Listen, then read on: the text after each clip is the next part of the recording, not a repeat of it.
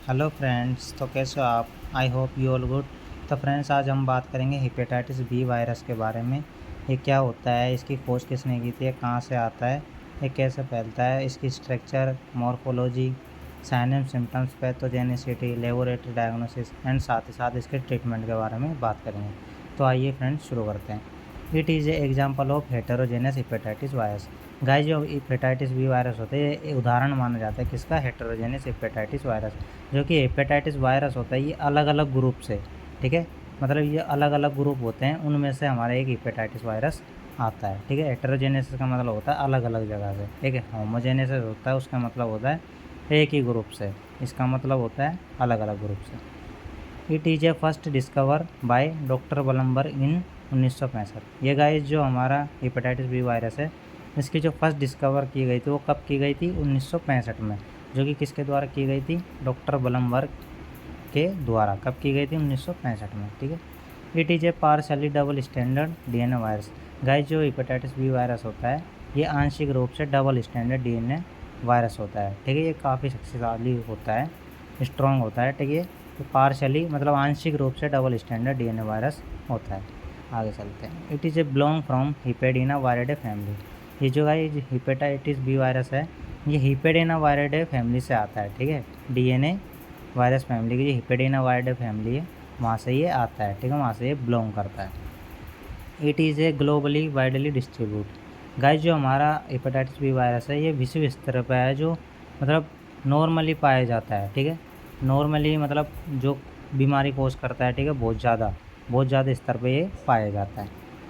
It is a most common cause of about 45 से 50% of total hepatitis infection. ये जो guys हमारा hepatitis B virus है, most common कोज माना जाता है। ठीक है, कितना? 45 से 50% ऑफ टोटल हेपेटाइटिस इन्फेक्शन। इसका मतलब ये हुआ कि हमारा जो टोटल हेपेटाइटिस इन्फेक्शन होता है ना, मतलब हेपेटाइटिस इन्फेक्शन हो जाए, हेपेटाइटिस इन्फेक्शन मतलब लीवर में इन्फेक्शन हो जाता है, फिर लीवर सेल में इन्फेक्शन हो जाता है, उसका 45 से 50% हमारा कौन सा वायरस के द्वारा होता है? हेपेटाइटिस बी वायरस के द्वारा। ठीक है, यही लाइन का मतलब है इधर 45 से 50%। जो टोटल हेपेटाइटिस इन्फेक्शन है, उसका 45 से 50% तो हमारा हेपेटाइटिस बी वायरस ही करवाता है इन्फेक्शन। ठीक है, आगे चलते हैं। It is a also known as Australian hepatitis virus and infection due to discover and found in Australia. Guys, जो हमारा हेपेटाइटिस बी वायरस है, ये ऑस्ट्रेलियन हेपेटाइटिस वायरस के एंड इन्फेक्शन के नाम से भी जाना जाता है। क्यों जाना जाता है? क्योंकि इसका जो खोज एंड फाउंड मतलब पाया गया था, कहाँ पे पाया गया था? सर्वप्रथम ऑस्ट्रेलिया के अंदर। आइए गाइस, आगे चलते हैं। इट इज ए मतलब structure of hepatitis B virus. ये गाइस स्ट्रक्चर है हेपेटाइटिस बी वायरस की। ठीक है, एक बार समझ लो इसको। ये जो गाइस हमारा होता है, ये एनवेलप होता है पूरा। ठीक है, इसकी सरफेस मतलब लेयर होती है, तो ये 3 भागों में बटी होती है। सबसे बाहरी को क्या बोलते हैं हम? Hepatitis surface antigen. जो कि ये सरफेस होता है मतलब सबसे बाहरी out layer of hepatitis B virus, जिसको हम क्या बोलते हैं? Hepatitis surface antigen. इसके अंदर वाले क्या बोलते हैं? Hepatitis envelope antigen. क्या बोलते हैं? Hepatitis envelope antigen. और सबसे अंदर जो होती है, इनर लेयर जो होती है, उसको क्या बोलते हैं? Hepatitis core antigen. आगे इसको डिटेल में पढ़ेंगे। हाय गाइस, और ये जो बीच का होता है गाइस, इसको हम बोलते हैं double standard, partially double standard DNA virus, जो कि हेपेटाइटिस बी वायरस के अंदर होता है। ये जो स्ट्रक्चर है ना, इसको बोलते हैं पार्शली डबल डीएनए स्टैंडर्ड। ये जो गाइस ये बना है ना हेक्सागन शेप में, ठीक है, इसको हम क्या बोलते हैं? कैप्सिड। कैप्सिड। और इसको हम न्यूक्लियो कैप्सिड भी बोलते हैं, क्योंकि ये जो हमारा न्यूक्लियस है डीएनए, इसमें इसको घेर के रखती है, इसलिए इसको हम क्या बोलते हैं? Nucleo capsid. आगे गाइस, ये जो हमारा है, जो फ्लूइड पाया जा रहा है, इसको हम बोलते हैं साइटोप्लाज्म। जो कि हमारा लिक्विड पोर्शन है, इसको हम साइटोप्लाज्म बोलते हैं। गाइस, ये जो बने होते हैं छोटे छोटे, इनको हम बोलते हैं वायरल स्पाइक। ठीक है, जो कि मतलब जिनके 2 पार्ट होते हैं, एक होता है स्टेम और एक होता है हेड। जो कि स्टेम जो पार्ट होता है मतलब तना, वो ग्लाइकोप्रोटीन 41 से बना होता है, और हेड है जो ग्लाइकोप्रोटीन 121 से बना होता है। ठीक है, इस आगे चलते हैं।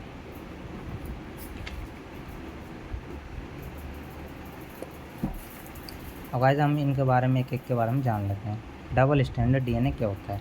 ये जो गाइस होता है, it is a nucleic acid, मतलब एक न्यूक्लिक एसिड होता है। ठीक है, it is a mostly responsible to the transfer of genetic material and replication.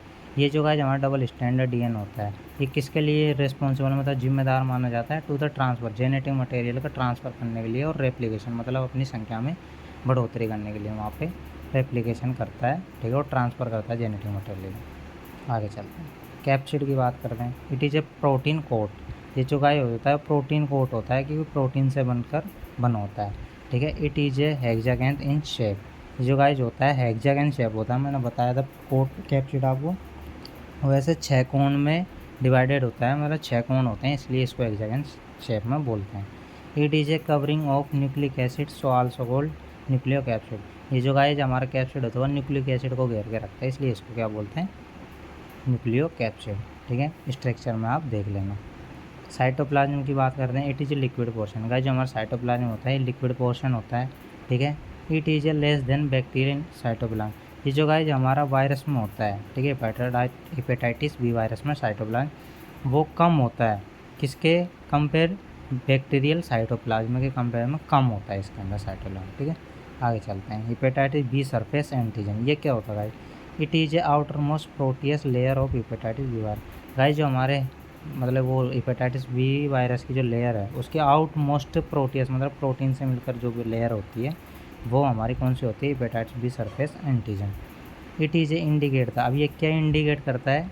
ठीक है, it is a indicate that acute to chronic viral hepatitis B infection, अगर guys किसी के अंदर हेपेटाइटिस बी सरफेस एंटीजन पाया गया तो उस वो क्या इंडिकेट करेगा? वो इंडिकेट करेगा एक्यूट टू क्रोनिक, मतलब आपके अंदर इन्फेक्शन हो गया है जो कि इन्फेक्शन अब क्रोनिक होने जा रहा है, ठीक है, मतलब और भी डेंजर वो है जो अपनी स्टेज ही बना रहा है, ठीक है, धीरे धीरे वायरल हेपेटाइटिस बी इन्फेक्शन, ठीक है। अगर ये एंटीजन पाएगा तो हम उसे क्या बोलेंगे? आपके अंदर इन्फेक्शन तो हो गया लेकिन वो अब इन्फेक्शन है जो अपनी संख्या बढ़ा रहा है, ठीक है, अपना इन्फेक्शन बढ़ा रहा है, ठीक है। आगे चलते हैं, हेपेटाइटिस बी एनवेलप एंटीजन, इसका मतलब क्या है? It is A middle layer secretory protein of hepatitis surface, ये जो गाइज होता है हमारा एनवेलप, ठीक है, हेपेटाइटिस बी एनवेलप, ये मिडल लेयर पाई जाती है, ठीक है। सीक्रेटरी कहाँ से सीक्रेट होती है? Protein of and hepatitis B surface, मतलब गाइज ये हेपेटाइटिस बी सरफेस है इसके द्वारा ये सीक्रेट होती है, लेकिन ये मदद किसकी करती है? हेपेटाइटिस बी कोर एंटीजन की, जो कि हमारी अगली लेयर आती है उसकी मदद करती है, जबकि इसको काम कौन करता है? ये वाला हेपेटाइटिस बी सरफेस एंटीजन, लेकिन ये मदद किसके जाके करती है? कोर एंटीजन की, आगे पढ़ेंगे उसको। It is a indicate the acute and resolve the hepatitis B viral infection, इसका मतलब क्या है गाइस? इसका मतलब ये है कि अगर ये पाया गया हमारा एंटीजन बी एनवेलप तो ये इंडिकेट करेगा एक्यूट, आपके अंदर इन्फेक्शन हो गया, एंड रिजोल्व था, लेकिन वो इन्फेक्शन है जो धीरे धीरे ख़त्म हो गया, होने लग रहा है, ठीक है, हुआ नहीं, मतलब धीरे धीरे कम होने लग गया, इसका मतलब ये है। It is A may B indicate the antiviral therapy is administration and prescribe, मतलब इसका मतलब ये हो गया गाइज वो जो व्यक्ति है, ठीक है, उसका इन्फेक्शन है, अगर ये एंटीजन पाया गया तो उसमें इन्फेक्शन तो है लेकिन वो धीरे धीरे ख़त्म होने लग गया, क्योंकि वो अब क्या लेने लग गया? एंटीवायरल थेरेपी, या तो कोई एंटीवायरल थेरेपी ले रहा है जिससे ये एंटीजन है मतलब वायरस है जो धीरे धीरे इन्फेक्शन ख़त्म होने लग गया, ठीक है। आगे चलते हैं,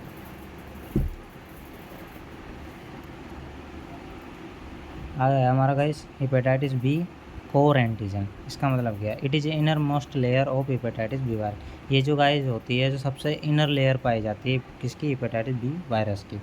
it is also known as carrier protein, ये गाइस है तो कैरियर प्रोटीन के नाम से भी जाना जाता है। It is indicate the carrier, carrier का मतलब क्या होता है गाइस? कैरियर का मतलब होता है कि मान लो कोई भी इन्फेक्टेड पर्सन था एक, ठीक है, और वो इन्फेक्शन है जो दूसरे पर्सन के अंदर चले गया, लेकिन गाइस वो इन्फेक्शन है मतलब कोई किसी का इन्फेक्शन था वो मेरे कॉन्टेक्ट में आया, मेरे इन्फेक्शन हो गया, लेकिन मेरी गाइस जो बॉडी है वो कोई भी साइन एंड सिम्टम्स शो नहीं करेगी जबकि मेरे अंदर इन्फेक्शन है।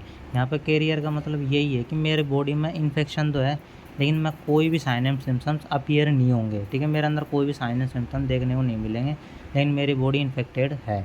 कैरियर का मतलब यही होता है कि इन्फेक्शन तो है अपने अंदर लेकिन अपने अंदर कोई भी साइन एंड सिम्टम्स देखने को नहीं मिलेगी। आगे चलते हैं, viral spike, it is a protrusional elevated structure of hepatitis B virus, ये जो गाइस स्ट्रक्चर होती है वायरल स्पाइक ये कैसी होती है? प्रोटीन की बनी होती है, प्रोट्यूजनल, ठीक है, एक जो ऐसी होती है मतलब पेनी टाइप में होती है, नुक्ली टाइप में, ठीक है, एलिवेटेड, एक उभरी हुई, ठीक है, उभरी हुई स्ट्रक्चर होती है हेपेटाइटिस बी वायरस की जो निकल रही थी, मैंने बताया था ठीक है। It is A consist of glycoprotein. Guys जो वो जो वायरल स्पाइक होते हैं वो ग्लाइकोप्रोटीन से मिलकर बनी होती है। आगे चलते हैं। हेड, इसके दो पार्ट होते हैं गाइस वायरल स्पाइक के। Head, it is a broad in structure compare to stem. ये स्टेम की कंपेयर में है जो बड़ा होता है, ठीक है। हेड जो होता है इसकी स्ट्रक्चर है जो बड़े होते हैं कंपेयर टू स्टेम, ठीक है। It is A consist of glycoprotein 121। Guys जो हेड होता है हमारा वायरल स्पाइक का, ये कितने ग्लाइकोप्रोटीन से बना होता है? 121, ठीक है। आगे चलते हैं। Stem, it is A slightly long cylindrical in shape. Guys जो हमारा स्टेम होता है वो लॉन्ग सिलेंड्रिकल शेप, मतलब लंबा सा बेलनाकार शेप में पाया जाता है, ठीक है। It is A consist of glycoprotein 41। ये जो गाइस हमारे स्टेम होता है ये कितने ग्लाइकोप्रोटीन से बना होता है? 41 से। आगे चलते हैं। मॉर्फोलॉजी की बात करें। It is a example of heterogeneous hepatitis virus, जो मैंने बता दिया कि अलग अलग ग्रुप से आता है। एक होता है हमारे it is A partially double standard DNA virus. ये जो होता है आंशिक रूप से डबल स्टैंडर्ड डीएनए वायरस होता है। कौन सा? Hepatitis B virus. It is a belong from Hepadnaviridae family. ये बिलोंग करता है किससे? हिपेडिना वायरडे फैमिली से, ठीक है। हिपेडिना वायरडे फैमिली से आता है। गाइस इसका नॉर्मल डायमीटर क्या होता है? The normal diameter about 42 nanometer. Guys जो इसका हेपेटाइटिस बी वायरस होता है इसका नॉर्मल जो डायमीटर होता है वो कितना होता है? 42 नैनोमीटर, ठीक है। आगे चलते हैं। The normal diameter of hepatitis B core antigen about 27 nanometer. Guys जो हमारे हेपेटाइटिस बी मतलब कोर एंटीजन होता है, अगर ये पाया गया ना तो इसका जो डायमीटर है वो कितना होगा? 27 नैनोमीटर। अगर गाइस हमें इतना नैनोमीटर देखने को मिलता है तो हम समझ जाएंगे हेपेटाइटिस बी कोर एंटीजन है, ठीक है। अब ये कहाँ से आया? इसमें बताया गया है कि it is a mostly found in carrier. ये गाइस जो मोस्टली पाया जाता है किसके अंदर? कैरियर पेशेंट के अंदर, जो कि transmit from carrier to the other healthy person के अंदर जो है ट्रांसमिट हो जाता है। गाइस इसका नॉर्मल इंक्यूबेशन पीरियड होता है 60 से 150 या फिर 180 डेज, ठीक है। वीक में बात करते हैं 8 से 20 वीक, और मंथ में बात करते हैं हम 2 to 5 या फिर 6 मंथ, ठीक है। ये नॉर्मल इंक्यूबेशन पीरियड होता है। इंक्यूबेशन पीरियड मतलब ये होता है गाइस कोई भी जो माइक्रो ऑर्गेनिज्म वो हमारे अंदर बॉडी के अंदर एंटर किया, ठीक है, और कब अपना first and sign and symptom जो अपीयर करेगा वो बीच का जो टाइम होता है उसको इंक्यूबेशन पीरियड बोलते हैं। इसका जो गाइस मोड ऑफ ट्रांसमिशन है ये किसका जो ऐसा होता है? Same as HIV mode of transmission. HIV का जो सेम जो मतलब मोड ऑफ ट्रांसमिशन होता है उसका ही जैसा इसका होता है हेपेटाइटिस बी वायरस का। अगर आपको इसका मोड ऑफ ट्रांसमिशन देखना है तो आप मेरी HIV वाली वीडियो देख सकते हो, वहाँ से आपको देखने को मिल जाएगा, ठीक है गाइस। एक गाइस ये जो होता है ये इस तरीके से भी फैलता है। Hepatitis B virus is a may be transmit through the kissing with infected person and gender. ये जो गाइस इसकी खासियत होती है ये किसके दौरान भी फैल जाता है, जबकि HIV किसके दौरान नहीं फैलता। HIV जो वायरस है गाइस हमारा वो कभी भी किसके दौरान नहीं फैलता, ठीक है। लेकिन हमारा हेपेटाइटिस बी वायरस है वो is may be transmit through the, ठीक है, किसके थ्रू मतलब वो फैल सकता है किसके थ्रू? किसिंग के थ्रू विद इन्फेक्टेड। यदि आप किसी भी इन्फेक्टेड पर्सन या जेंडर के साथ किस कर रहे हो तो भी ये वायरस हमें फैलने को मिल सकता है, ठीक है। इसकी पैथोजेनिसिटी के बारे में बात करते हैं। The normal incubation period about 60 से 150 डेज या फिर 180 डेज। नॉर्मल इंक्यूबेशन पीरियड कितना होता है इसका? 60 से 150 या फिर 180 days. It is a mostly spread and transmit due to unprotected sexual intercourse due and parenteral route and vertical transmission. ये जो गाइस हमारा मोस्टली है जो कैसे फैलता है hepatitis B virus? Due to किसके थ्रू फैलता है? अनप्रोटेक्ट सेक्सुअल इंटरकोर्स, मतलब विदाउट यूज़ ऑफ कॉन्डम। अगर आप सेक्स करते समय कॉन्डम यूज़ नहीं कर रहे तो ये फैलने का इसका चांसेस होता है, ठीक है। अनप्रोटेक्ट सेक्सुअल इंटरकोर्स का मतलब यही होता है। एक गाइस हमारा था पेरेंट्रल रूट। पेरेंट्रल रूट का मतलब होता है कि HIV है फिर डायरेक्ट कोई भी इन्फेक्टेड ब्लड है वो यानी सर्जिकल के डायरेक्ट कॉन्टैक्ट आ रहा कोई हेल्दी पर्सन तो उसके थ्रू फैल सकता है। एक वर्टिकल ट्रांसमिशन होता है। वर्टिकल ट्रांसमिशन मतलब होता है मदर है जो मदर से डायरेक्ट बेबी के अंदर इन्फेक्शन फैलना ही वर्टिकल ट्रांसमिशन कहलाता है। आप HIV के मोड ऑफ ट्रांसमिशन देख लेना उसमें इसमें डिटेल में बताया गया है, ठीक है। It is a mostly affect of hepatic cell. Guys ये जो हमारे हेपेटाइटिस बी वायरस है जो मोस्टली अफेक्ट करता है किसको? हिपेटिक सेल या फिर लीवर सेल को। And cause of hepatitis B infection, क्या कोज करवा देता है? हेपेटाइटिस बी इन्फेक्शन, ठीक है। लीवर सेल पे इफेक्ट मारता है। हेपेटाइटिस क्या होता है गाइस हमारा? Hepatitis is a serious viral hepatic, मतलब ये जो होता है डेंजर होती है वायरल हिपेटिक, मतलब लीवर के लिए बहुत ही डेंजर वायरल इन्फेक्टियस डिजीज होती है, इन्फेक्शन या फिर डिजीज होती है जो कि किसके द्वारा होती है? Caused by hepatitis B virus. Hepatitis B virus के द्वारा होती है ड्यू टू, किसकी वजह से होती है? Unprotected sexual intercourse. Unprotected sexual intercourse करने के दौरान हो सकती है, पेरेंटल रूट से होते हैं, वर्टिकल ट्रांसमिशन से हो सकती है, ठीक है। And characterize by prolong high fever. इसका पता कैसे लगेगा गाइस? इसकी लाक्षणिक क्या है, ठीक है? तो हाई ग्रेड फीवर, जो फीवर है हमारा वो बहुत ही हाई ग्रेड में आएगा, मतलब उसकी ग्रेड जो बहुत ही ज़्यादा संख्या में आएगी, ठीक है। एक होता है हमारा हेपेटोमेगाली, आपकी जो लीवर है उसकी साइज़ बढ़ जाएगी। हेपेटोमेगाली मतलब इंक्रीज साइज ऑफ लीवर, ठीक है। And yellowish discoloration of skin, इसका मतलब गाइस ये है कि आपका जो लीवर है वो बाइल का फॉर्मेशन करता है, तो उसके कारण इसका हमारी जो स्किन है वो येलोइश देखने को मिल सकती है, क्योंकि उसकी साइज़ बढ़ जाएगी लीवर की, ठीक है। एक हमारा गाइस होता है साइन एंड सिम्टम्स। क्या क्या साइन एंड सिम्टम्स देखने को मिलेंगे? तो हमारे पहला है एब्डोमिनल पेन, हमारे जो मतलब स्टोमक है एब्डोमिनल, उसके अंदर पेन देखने को मिलेगा, मतलब राइट हाइपोकॉन्ड्रिक रीजन होता है, हमारे जो शरीर होता है उसके 9 जो ट्रंक होते हैं उसमें राइट हाइपोकॉन्ड्रिक रीजन में पेन देखने को मिलेगा, ठीक है। एक होता है हमारा हेपेटोमेगाली, इसमें लीवर की साइज़ बढ़ जाएगी। स्प्लेनोमेगाली, स्प्लीन की साइज़ बढ़ जाएगी, ठीक है, क्योंकि इसमें गाइस गार्बेज ऑफ सेल्स को भी माना जाता है हमारे बॉडी का, तो वहाँ पे जाके इकट्ठा होती है, वहाँ पे जाके टूटती है हमारे सेल्स, तो स्टोरेज होती है, स्प्लीन की साइज़ बढ़ जाएगी, ठीक है। एक गाइस हमारा प्रोलॉन्ग हाई ग्रेड फीवर, इसका जो टेम्परेचर है वो बहुत ज़्यादा देखने को मिलेगा, और प्रोलॉन्ग मतलब हमारा जो बुखार है वो बहुत लंबे समय तक चलेगा, ठीक है, और हाई ग्रेड में पाया जाता है। एक होता है गाइस एनोरेक्सिया, आपको भूख भी नहीं लगेगी।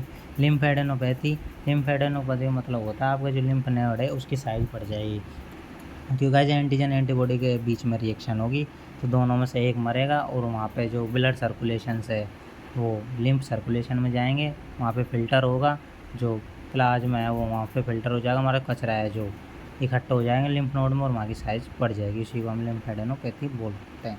एक गाइस हमारा था नोजिया एंड वॉमिटिंग, मतलब उल्टी जैसा मन भी होगा और एक टाइम उल्टी भी हो जाएगी। एक गाइस होता है एब्डोमिनल डिस्टेंशन, मतलब हमारे जो पेट है पेट की साइज़ बढ़ेगी, ठीक है। पेट की साइज़ क्यों बढ़ेगी गाइस? क्योंकि लीवर की साइज़ बढ़ रही है, तो लीवर कहाँ पाया जाता है? हमारा पेट के इधर ही, तो हमारे स्टोमक भी बढ़ेगा, ठीक है, और हमारा जो लीवर भी बढ़ेगा, लीवर के साथ साथ हमारे स्टोमक बढ़ जाएगा। एक गाइस हमारा था डायरिया, रास्ते देखने को मिलेंगे। मसल्स वीकनेस, मान लो गाइस कोई खा ही नहीं रहा था, उसकी मसल्स है जो वीकनेस हो जाएगी, और खा भी रहा था, उल्टी दस्त ये सब हो रहे हैं, तो उसकी मसल्स जो बिल्कुल वीक हो जाएंगी। एक गाइस हमारा था फटिक, मान लो गाइस कोई खा ही नहीं रहा, खा रहा है, जो खा रहा है पी रहा निकल रहा है, तो उसको थकान भी देखने को मिलेगी। फटिक मतलब थकान। एक गाइस जो हमारा डिस्पीनिया मतलब डिफ़िकल्टी इन रेस्पिरेशन रेट, ठीक है, रेस्पिरेट करने में हमारे को जो है डिफ़िकल्टी देखने को मिलेगी। टेकीपीनिया मतलब इंक्रीज रेस्पिरेशन रेट, हमारी जो रेस्पिरेशन रेट है वो बढ़ जाएंगी, ठीक है। और शॉर्टनेस ऑफ ब्रीथ, मतलब गाइस ये है कि हमारी जो दिक्कत आएगी रेस्पिरेट करने में, और हमारी जो रेस्पिरेशन रेट है वो बहुत ज़्यादा बढ़ जाएंगी, तो शॉर्टनेस ऑफ छोटी छोटी जो हमारी शॉर्टनेस ऑफ ब्रीथ आएंगी। नॉर्मली कितनी होती है? 12 से 16, फिर 16 से 20, ठीक है, जो कि हमारे गाइस बहुत कम देखने को मिलेगी। लगभग 3 सेकंड में 2 सेकंड में हमारी एक जो ब्रीथ आने लग जाएगी। एक गाइस हमारा होता है हेड एक, ठीक है, हमारा सर दर्द होने लगेगा, बॉडी एक एंड शरीर पूरा दर्द करेगा, मान लो खा नहीं रहा पी नहीं रहा, तो बॉडी और शरीर तो दर्द करेगा ही, ठीक है। एक गाइस हम इसके बाद करते हैं लेबोरेटरी डायग्नोसिस के बारे में, ठीक है, इसका हम क्या सैंपल कलेक्ट करें क्या है। तो गाइस आइए पढ़ते हैं। The sample collection of blood and hepatocyte, guys हम जो सैंपल है वो किसका कलेक्ट करेंगे? ब्लड का और हिपेटोसाइट। हिपेटोसाइट मतलब लीवर की सेल, ठीक है, लीवर सेल को हम हिपेटोसाइट बोलते हैं, क्योंकि लीवर के लिए हिपेटो शब्द यूज किया जाता है। तो हम लीवर बायोप्सी के द्वारा उसका टिश्यू सैंपल ले लेंगे और वहाँ से डायग्नोसिस कर सकते हैं, ठीक है, या फिर ब्लड सैंपल कलेक्ट कर सकते हैं। एक गाइस हमारा होता है हेमेटोलॉजिकल टेस्ट। हेमेटोलॉजिकल टेस्ट में हम क्या देखेंगे? इंक्रीज टीएलसी, हमारी जो टोटल ल्यूकोसाइट काउंट है वो बढ़ी हुई दिखेंगी, ठीक है। डीएलसी है वो मतलब जो भी हमारी डब्ल्यूबीसीज हैं वो हमें संख्या में बढ़ोतरी देखने को मिलेगी, और ये सारा जो हमारा बढ़ा हुआ देखने को मिलेगा, ये हमारा हेमेटोलॉजिकल टेस्ट में देखेंगे हम। एक गाइस जो हमारा CD4 and CD8 blood cell count, इसमें गाइस जो CD8 and CD4 and CD8 cell है उसका काउंट करेंगे, ठीक है, जो कि मैंने HIV में इसके बारे में बता रखा है। एक गाइस हमारा होता है सीरोलॉजिकल टेस्ट, ये क्या होता है? It is mostly perform through the detection of antigen and antibody. भाई जो हमारा सीरोलॉजिकल टेस्ट है इसको हम मोस्टली परफॉर्म होता है किसका पता लगाने के लिए करते हैं, एंटीजन एंड एंटीबॉडी का पता करने के लिए हम कौन सा टेस्ट करते हैं, सीरोलॉजिकल टेस्ट। आइए गाइस आगे देखते हैं। तो गाइस हम सीरोलॉजिकल टेस्ट में कौन कौन सा टेस्ट कर सकते हैं, एक कर सकते हैं हम एलाइजा। ठीक है, एलाइजा इसका मतलब होता है, इसकी फुल फॉर्म क्या होती है, इसके होता है एंजाइम लिंक्ड इम्यूनोसोर्बेंट एसिड। ठीक है, तो हम एलाइजा टेस्ट भी कर सकते हैं। ठीक है, एक करेंगे हम हेपेटाइटिस बी सरफेस एंटीजन का पता लगा के, एक हेपेटाइटिस एनवेलप एंटीजन का पता लगाने के, एक हेपेटाइटिस बी कोर एंटीजन का पता लगा सकते हैं, और एक पीसीआर पॉलीमरेज चेन रिएक्शन। ठीक है, ये सारे टेस्ट करवा के हम हेपेटाइटिस बी वायरस का पता लगा सकते हैं। एक गाइस हमारा होता है एसजीपीटी करके पता लगा सकते हैं, एसजीओटी जो भी लीवर के लिए किया जाता है। ठीक है, एक गाइस हमारा ल्यूकोट्रिन मतलब डब्ल्यूबीसी संख्या जो बढ़ रही है मतलब फॉर्मेशन होता है उनका। एक होता है गाइस हमारा एरिथ्रोपोइटिन क्या होता है, जिसमें आरबीसी का फॉर्मेशन होता है। ठीक है, हमारी आरबीसी सेल से जो बनती है। अब गाइस हम इसका लास्ट बात करते हैं ट्रीटमेंट के बारे में। गाइस ये जो हमारे सारे टेस्ट हैं इनके द्वारा हम हेपेटाइटिस बी वायरस का पता लगा सकते हैं। इनके बारे में मैंने आपको बता दिया, सरफेस एंटीजन पाया जाए तो क्या इंडिकेट करेगा, सर हेपेटाइटिस एनवेलप एंटीजन जाए तो क्या इंडिकेट करेगा, कोर एंटीजन पाया जाए तो क्या करेगा। ठीक है, एक गाइस हमारा होता है ट्रीटमेंट। ठीक है, ट्रीटमेंट में हम क्या देंगे, एक तो देंगे जीडोवुडिन, ठीक है, एक देंगे लेम्बिवुडिन, ठीक है, एक देंगे हम टीनोविर, ठीक है, एक देंगे ofloxacin, ciprofloxacin, symptomatic treatment and fluid therapy. Guys जो हमारे एंटीवायरल थेरेपी देंगे। ठीक है, और हमें सिम्टम्स के आधार पर भी सिम्टोमेटिक ट्रीटमेंट मतलब सिम्टम के आधार पर भी ट्रीटमेंट चलाएंगे। ठीक है, और एक गाइस हमारा फ्लूइड थेरेपी, मान लो जो भी पानी की कमी आती है उल्टी दस्त के दौरान, तो हम उसमें फ्लूइड की कमी को भी पूरा कर सकते हैं। तो गाइस आप जो हेपेटाइटिस वायरस है ये बहुत ही इम्पोर्टेंट है, आप इसके नोट्स बना लीजिएगा, आपको बहुत हेल्प होगी, कॉम्पिटिटिव में भी और थ्योरेटिकल में भी बहुत ज़्यादा हेल्प होगी। आप इसका स्क्रीनशॉट ले लेना।